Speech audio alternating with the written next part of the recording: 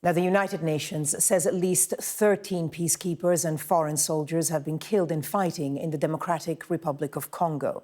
The M23 rebel group has been making gains in the east of the country against the government forces. Now it's reported that Rwanda troops have crossed the border in support of the rebels. Our Africa correspondent Yousra Elbagir joins us now from the eastern city of Goma.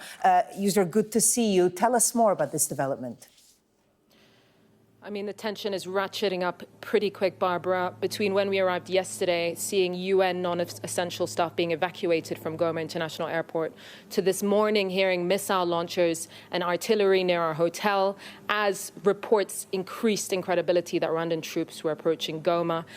This morning, we were around 5 kilometers from where there have been reports that Rwandan troops have crossed the border into Goma, and our team was attacked by locals who thought I looked Rwandan. They attacked us pretty viciously and attacked our cameraman Garwin.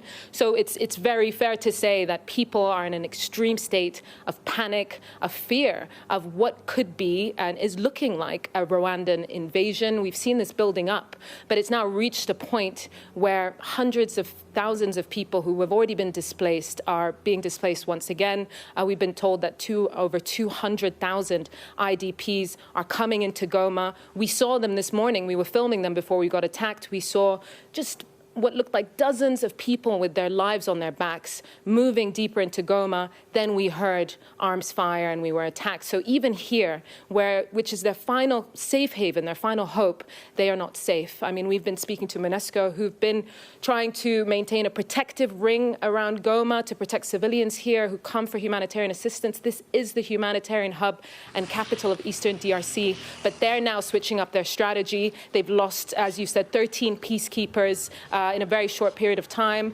They've told us yesterday that there are 50 wounded in their fighting against M23 rebels. But now today, they are moving into the city. They are now being targeted. We saw yesterday M23 put out a statement telling the Congolese army they had 48 hours to put down their weapons and that UNESCO needed to cease fighting and return to their mandate to protect civilians. But UNESCO, of course, see that protecting civilians means taking on this fight against M23 and their backers, Rwanda. Now, Rwanda's been taking a pretty, I'd say, undercover approach to their support of M23. They've denied it in the public, but more recently, as they've gained more territory, been quite bold about their support of M23.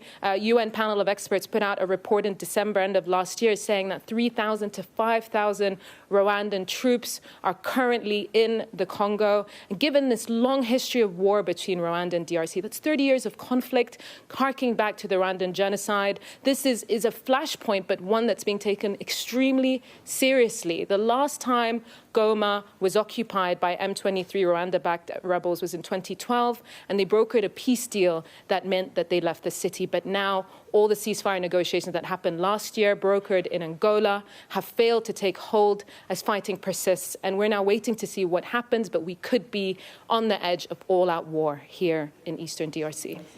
Very worrying developments in Yousra. I know you'll be monitoring all the changes there for us. For the moment, Yousra Elbagir in Goma in the Democratic Republic of Congo. Thank you.